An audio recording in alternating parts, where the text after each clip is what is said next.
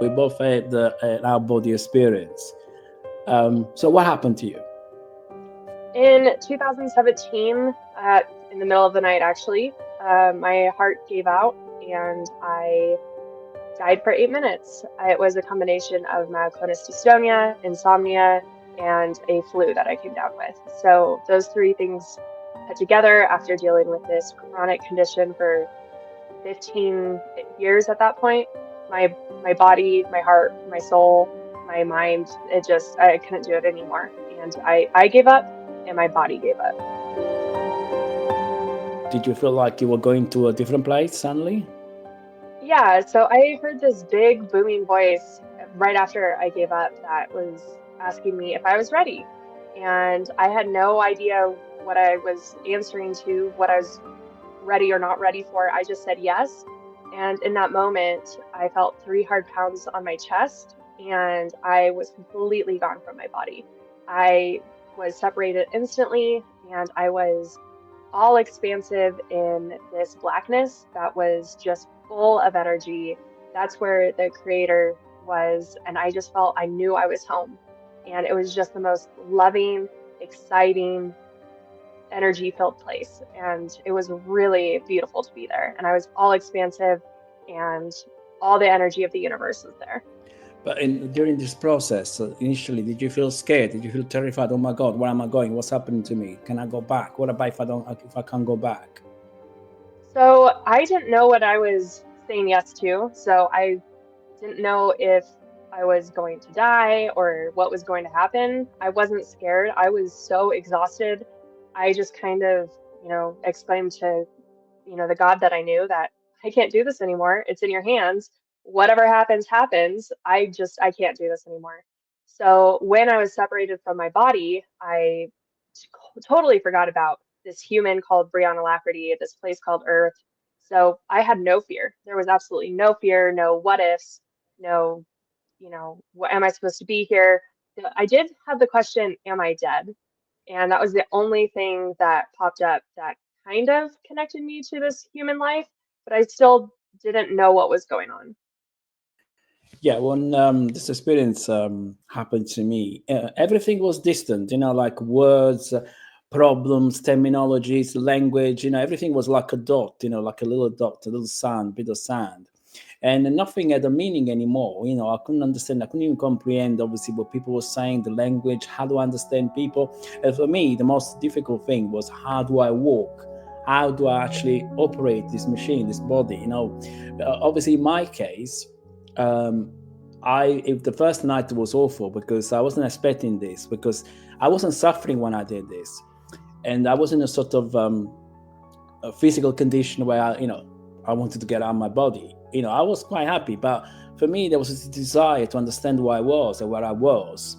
And when this happened, I thought, oh my God, I've done something wrong and I want to go back. And I was terrified. I said, oh my God, how am I going to go back?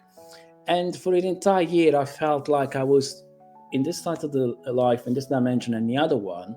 And the most terrifying things for me was like I could see if somebody had an illness or was about to die. I could hear voices, I could pass messages, and I wasn't happy, to be honest with you. But at the same time, the other side of me was this immense peace. I was just like, oh my God, everything is not important. This was the first thing I felt. What about you? When I came back, I would say I have a very similar story. When I came back to my body, after the blackness I was in, I went through a tunnel. I was in a place with other beings that we communicated faster than telepathy.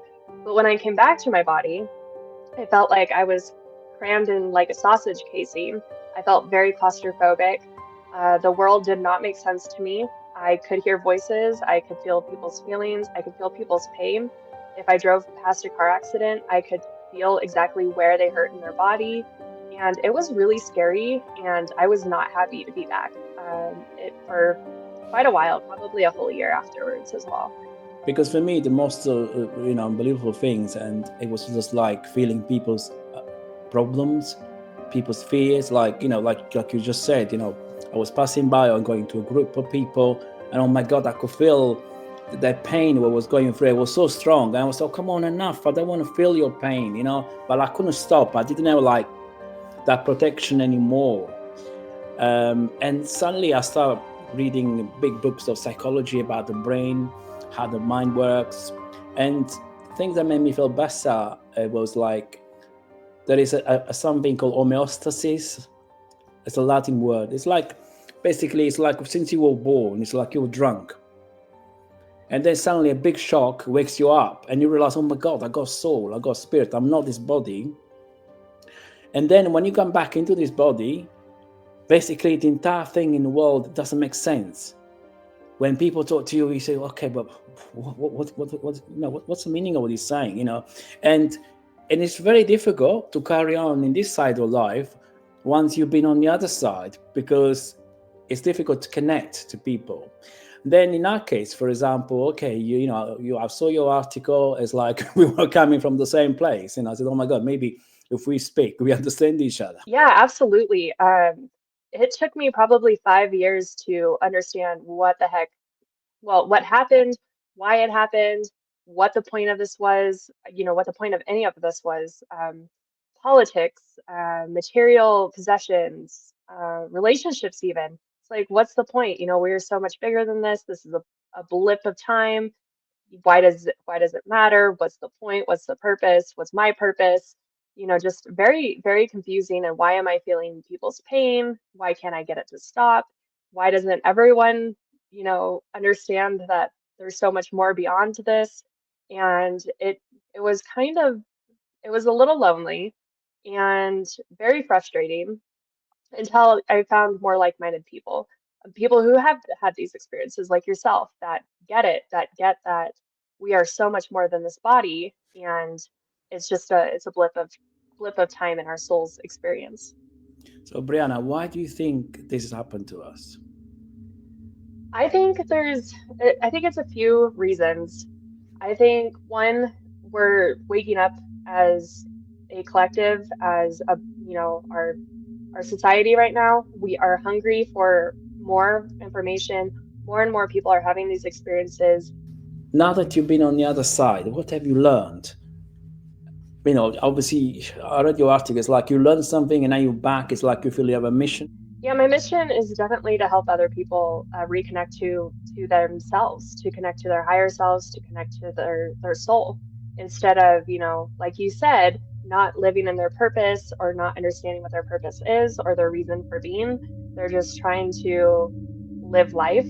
So I really come back to help people reconnect and find their purpose and start living their purpose. Okay, just the most important questions. Obviously, people will be curious. What did you see on the other side? I started in this black space, but it was full of energy, full of love. The creator, God, was there, and I knew I was home. It was lovely, and just I knew that was the start and the end of everything. It was incredible. But then I went into a tunnel, a bright blue and white tunnel, kind of like my background, filled with ones and zeros, binary code. And at this point, I was still just a soul body. I didn't have like a human looking body. And I was going through it and being downloaded with all this amazing information. Wasn't aware of what the information was, but I knew it was incredible. And then I enter another place that was completely white. And in front of me was a pile of huge numbers. And I realized the universe is created in math, and I got really excited. And after that, I ended up in a place that was kind of reminiscent of Earth, even though I still didn't remember Earth or being a human. And in this place, thoughts instantly created reality. So I saw other beings sliding down trees covered in snow. I was like, I want to do that, but I don't think I like snow. And instantly, the trees were covered in lush green, moss, and I was sliding down them next to these other beings. In this place, we all communicated without words. It was even faster than telepathy.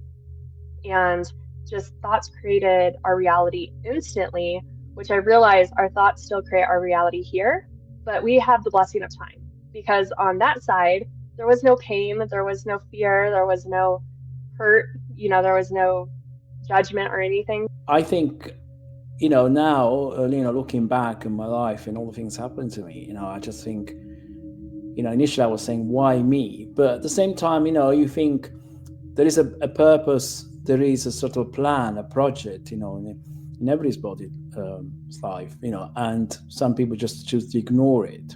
Yeah. And some other people who are so desperate to understand the meaning, they search and search and search until they stop searching, and then they find everything. So maybe finding what you're looking for is just to maybe stop searching, and you have everything, and the present is here.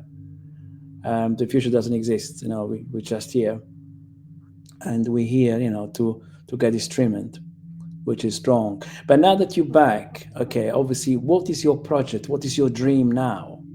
Yeah, it's to help people through major transitions, and whether that is transitioning out of this physical life back into just the spiritual realm, as in what we call death, which death doesn't exist. Death is an illusion.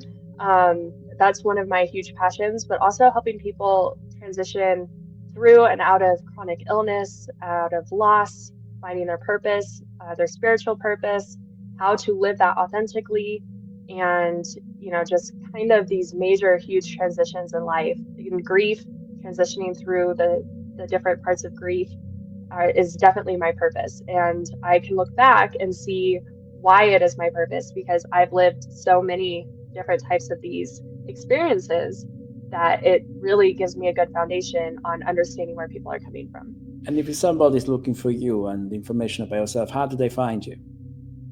The easiest way is my website, bri0nicllc.com, because that has more information about me. It has podcasts, it has my books, and it has all the links to my socials. So that is the easiest way to find me. Brianna, thank you so much for this interview. I hope that Thank people you for having me. have sort of an insight, what happens when your soul is a bit tired of routine. And there is a beautiful world out there. And at the same time, we could experience and build a beautiful world here as well. If we have this in mind, if we understand what's going to happen next. So it makes all the difference. Thank you so much. Thank you.